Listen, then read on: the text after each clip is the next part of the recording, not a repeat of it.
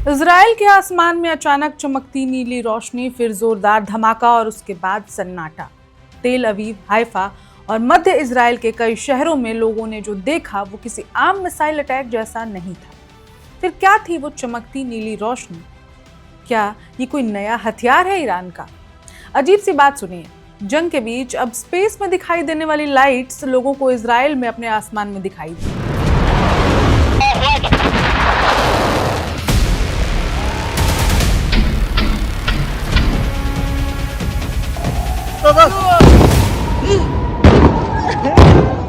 नमस्कार, मेरा नाम है ऋचा पराशर और आप देख रहे हैं one India Hindi. Israel America ने ईरान पर हमला तो कर दिया, लेकिन अब जब ईरान का पलटवार हो रहा है तो दोनों बड़े देश सोच में पड़ गए हैं। वेनेजुएला जैसी आसान जीत सोचकर ईरान पर हमला करने वाले ट्रंप अब मुंह की खा रहे हैं, और यही हाल इजराइल और नेतन्याहू का भी है। अभी जो इजराइल में हुआ वो अजीब ही है, लेकिन इतना खतरनाक जो इस जंग को एक ऐसे मोड़ पर पहुंचा देगा जहां सिर्फ तबाही और विनाश ही होंगे। वैसे भी जंग का एक आसान रास्ता तो होता नहीं है, जंग सिर्फ विनाश ही लाता है और ऐसा देखने को मिल भी रहा है। लेकिन आगे बढ़ने से पहले जंग पर अब तक की घटनाओं और कैसे शुरुआत हुई थी उस पर एक नजर डाल लेते हैं।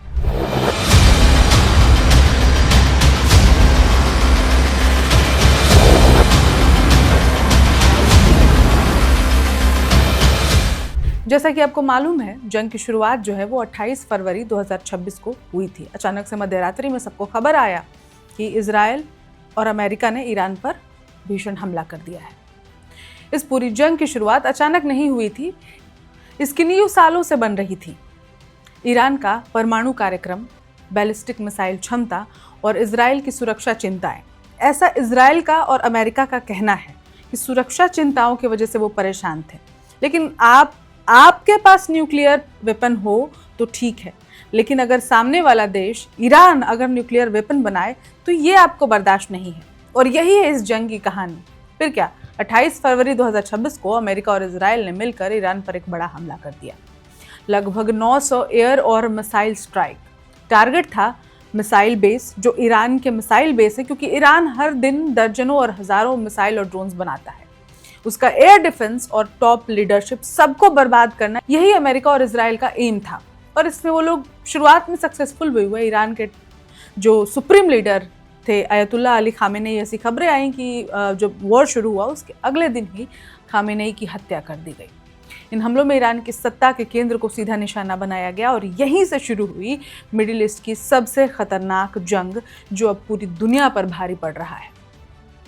लेकिन ईरान ने जब जवाब देना शुरू किया तो मानो मिसाइलों की बारिश सी होने लगी, क्योंकि ईरान ने इस हमले को युद्ध की घोषणा माना।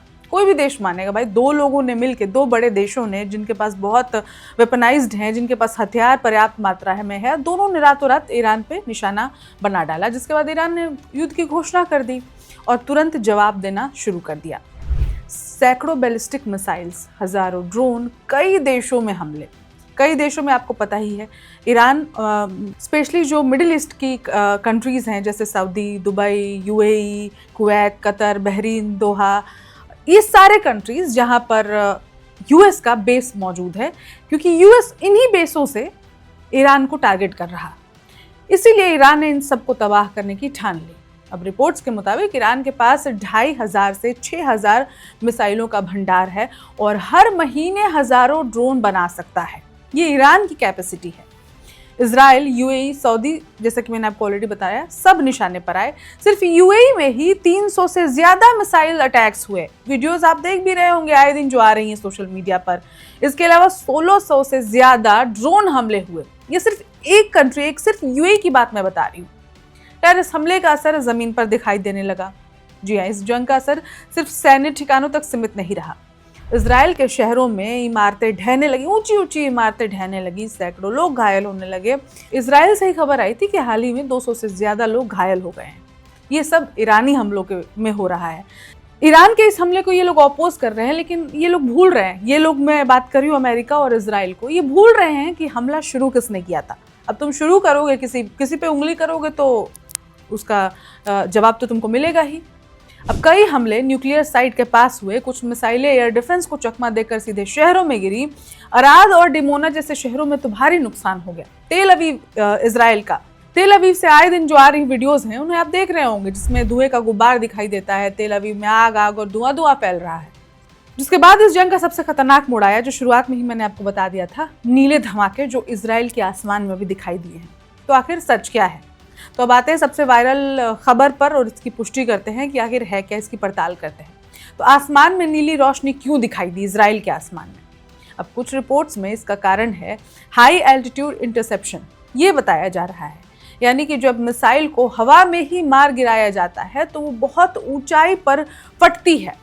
इस दौरान गैस आयोनाइज्ड होता है, प्लाज्मा बनता है और नीली चमक दिखाई देती है। आपको पता है कि आसमान नीला क्यों दिखाई देता है? स्पेक्ट्रम है, 7 रेनबो कलर्स हैं, एक इसके पीछे सिंपल सी साइंस है। लेकिन यही हुआ है आसमान में ऊपर, जब बहुत ऊपर कुछ फटा मिसाइल, तो जब कोई कलर सिक्रीट नहीं होता है तो वहाँ पर नीली चमक दिखाई पड़ती है। इसका दूसरा कारण भी हो सकता है क्लस्टर मिसाइल टेक्नोलॉजी। आपको पता है कि इस वॉर में, जो ईरान इजराइल अमेरिका का वॉर चल रहा है, इसमें क्लस्टर मिसाइल का इस्तेमाल किया जा रहा है, खास करके ईरान द्वारा। ईरान अब क्लस्टर मिसाइल भेज रहा है। क्लस्टर मिसाइल क्या होता है पहले ये बता देती हूँ, फिर आगे की खबर आपको बताते हैं। क्लस्टर मिसाइल, एक मिसाइल आएगा और उसमें से बहुत सारे मिसाइल्स निकल जाएंगे, छोटे छोटे बॉम्बिंग होगी और पूरा शहर जो है उसका निशाना बनेगा। अब ईरान क्लस्टर मिसाइल इस्तेमाल कर रहा है।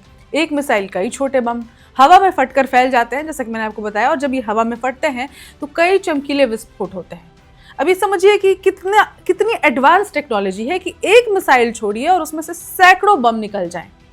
इसका एक तीसरा कारण भी हो सकता है advance air defence system. Israel के पास दुनिया के सबसे एडवांस सिस्टम है, ये सबको मालूम है, और इसी चीज़ का घमंड भी है इजराइल को। वो है आयरन डोम, डेविड स्लिंग और एरो। ये मिसाइल को आसमान में ही रोकते हैं और वहीं पर ब्लू फ्लैश दिखता है। जैसा कि मैंने वही कॉन्सेप्ट बताया, जब सब कुछ खाली होता है और वहाँ से कुछ जो रोशनी सिक्रीट होती है, आती है और वो बहुत ऊंचाई पर होती है, तो वो ब्लू हो जाती है। हमारी आंखों को ब्लू दिखाई देती है, चाहे वो हो किसी भी रंग की। तो क्या ये स्पेस वॉर हो रहा है? क्योंकि इतना ऊंचा, ये लड़ाई इतनी ऊंचाई पर हो रही है कि अब रोशनी निकल रही है, इतनी ऊंचाई पर हो रही है कि ब्लू दिखाई दे रहा है। तो क्या ये स्पेस वॉर है? अब सबसे बड़ा डर यही है कि आज जंग अंतरिक्ष में पहुंच गई है। सीधा जवाब यह है कि पूरी तरह से नहीं, लेकिन दिशा उसी तरफ है। अब आज की जंग की अगर बात करें, जिसमें मिसाइल 100 से 200 किलोमीटर ऊंचाई तक जा रही है, सैटेलाइट गाइडेंस का इस्तेमाल हो रहा है, इंटरसेप्शन स्पेस के किनारे हो रहा है, यानी जंग स्पेस टेक्नोलॉजी में प्रवेश कर चुकी है। अब एक और जो सबसे ज़रूरी सवाल है, खतरा क्यों बढ़ रहा है? इस जंग को खतरनाक बनाने वाले 3 सबसे बड़े कारण हैं। सबसे पहला है मिसाइलों की संख्या। हजारों मिसाइलें हैं और सिर्फ ईरान के पास नहीं है। युद्ध इसलिए बढ़ रहा है क्योंकि अमेरिका के पास भी अपनी मिसाइल्स हैं, ड्रोन्स हैं, इजराइल के पास अपनी मिसाइल्स और ड्रोन्स, और ईरान के पास तो हैं ही। और यही कारण है कि जो हजारों मिसाइलें आपस में टकरा रही हैं, जिसका खामियाजा पूरी दुनिया देख रही है। इससे लगातार हमले हो रहे हैं। इसके अलावा एयर डिफेंस की सीमाएं, 92% मिसाइल इंटरसेप्ट होती हैं, लेकिन 8% भी काफ़ी है तबाही के लिए। 8% मिसाइल अपने आप में एक बड़ी संख्या हो जाती है और यही तबाही मचा रही हैं। सबके पास एयर डिफेंस है, इजराइल के पास तो खासा मजबूत एयर डिफेंस है, लेकिन आप समझिए कि कितने भयानक स्तर पर ईरान लगातार हमले कर रहा है कि 92% प्रोटेक्शन के बावजूद एयर डिफेंस सिस्टम जो है वो इजराइल की फेल हो रही है। जो कि अभी मैंने आपको बताया, 8% मिसाइल्स और ड्रोन से गिर रहे हैं इजराइल में, और उसका भयानक जो परिणाम है वो आप सबके सामने है। तीसरा पॉइंट है नई टेक्नोलॉजी, क्लस्टर बम। इसमें सबसे पहला है, जो कि मैंने आपको ऑलरेडी बताया, एक मिसाइल से हजारों बम्स निकल जाएंगे और ये कितना आसान है, एक खर्चे में हजारों तबाही। हाई स्पीड मिसाइल्स ऐसे हैं दुनिया में जो हवा और स्पीड से भी तेज निकल रहे हैं। ड्रोन स्वॉर्म, ये सब है युद्ध के खतरनाक तरीके, और इस खतरनाक जंग का दुनिया पर सबसे खतरनाक असर पड़ रहा है। इस जंग का असर सिर्फ मिडिल ईस्ट तक नहीं है, तेल सप्लाई खतरे में है। इसका सबसे बड़ा उदाहरण आप भारत में ही देख लीजिए। अभी बीते दिनों खबरें आई थी कि पावर पेट्रोल पर 2 रुपये से ज़्यादा की बढ़ोतरी कर दी गई। इसके अलावा इंडस्ट्रियल डीजल पर 22 रुपये बढ़ा दिए गए। गैस पर भी, गैस की किल्लतों की भी खबर हर तरफ से आ रही है। हॉर्मुज स्ट्रेट पर संकट है और दुनिया के 20% तेल का रास्ता यही हॉर्मुज स्ट्रेट है। हॉर्मुज स्ट्रेट का कंट्रोल फिलहाल ईरान के पास है। अमेरिका बार बार अल्टीमेटम दे रहा है, चेतावनियां दे रहा है कि इसको तुरंत मतलब इसको छोड़ो। अभी बीते दिनों ही खबर आई थी कि अमेरिका ने नाटो को भी लताड़ा। अमेरिका ने कहा कि वो मदद नहीं कर रहे हैं। अरे भाई, वो मदद नहीं कर रहे हैं क्योंकि वो जंग को बढ़ावा देना नहीं चाहते हैं। भारत पर तो तुमने सैंक्शंस लगाए ये कहकर कि भारत रूस से तेल पेट्रोल खरीद रहा है और मिसाइल फैक्ट्री को बढ़ावा दे रहा है, यानी कि रूस और यूक्रेन की जंग में रूस को सपोर्ट कर रहा है, उसको इकोनॉमिकली फाइनेंशियली उससे तेल खरीद कर। खुद तुम यही चाहते हो, तुम इजराइल के साथ मिलकर ईरान पर हमले कर रहे हो और अब तुम चाहते हो कि नाटो भी तुमको सपोर्ट करे। ये तो वही बात है ना कि तुम करो तो सब ठीक है और दूसरा करे तो वो खराब है। अब इस जंग में ट्रंप वर्सेस ईरान पर का जो सीधा टकराव हो रहा है ये भी आप समझिए। तो अमेरिका के राष्ट्रपति डोनाल्ड ट्रंप का बयान ये है कि सीज फायर नहीं होगा। उन्होंने कहा है कि हम ये जंग जो है इसका सीज फायर नहीं होगा, ये जंग जारी रहेगी जब तक स्ट्रेट ऑफ हॉर्मुज और पूरी दुनिया पर ही वो कब्जा जमाना चाहते हैं, जैसे कि वेनेजुएला पे किया, ईरान पर हो नहीं पा रहा है। ईरान को पूरी तरह से खत्म करना है उनको। दूसरी तरफ ईरान है, हर हमले का जवाब मिल रहा है। बीते दिनों ही ईरान की जो टॉप सैन्य कमांडर है उन्होंने कहा कि हम हॉर्मुज बंद कर देंगे, अगर ज़्यादा परेशान किए तो हॉर्मुज बंद हो जाता है तो पूरी दुनिया पर इसका भयानक असर पड़ने वाला है।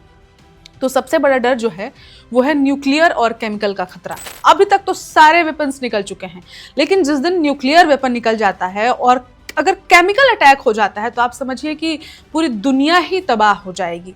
न्यूक्लियर का एक छोटा सा, आपको छोटी सी नहीं थी वो घटना तो बहुत बड़ी थी, लेकिन आपको याद होगा जापान का जो हिरोशिमा और नागासाकी का हमला था, अगर वैसा अगर दोबारा से हो जाता है तो आप समझिए कि जापान आज तक फेस कर रहा है उन दिक्कतों को, आगे क्या होगा।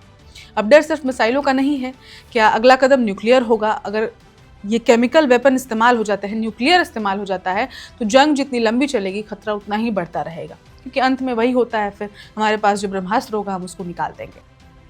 तो अब वापस आते हैं उस नीली रोशनी पर जिसकी बात हमने शुरू में की थी कि इजराइल के आसमान में दिखाई दी। वो सिर्फ एक धमाका नहीं था, वो एक संकेत था, एक ऐसी जंग का जहां तकनीक हथियार बन चुकी है, आसमान युद्ध का मैदान बन चुका है और हर हमला अगले खतरे की चेतावनी है। अब सवाल ये नहीं है कि कौन जीत रहा है, सवाल ये है कि दुनिया एक ऐसी जंग की तरफ बढ़ रही है जहां बचने के लिए कोई जगह ही नहीं होगी, क्योंकि अगर जंग आसमान में पहुंच गई तो जमीन पर सुरक्षित रहना नामुमकिन हो जाएगा और ये सबके लिए होगा।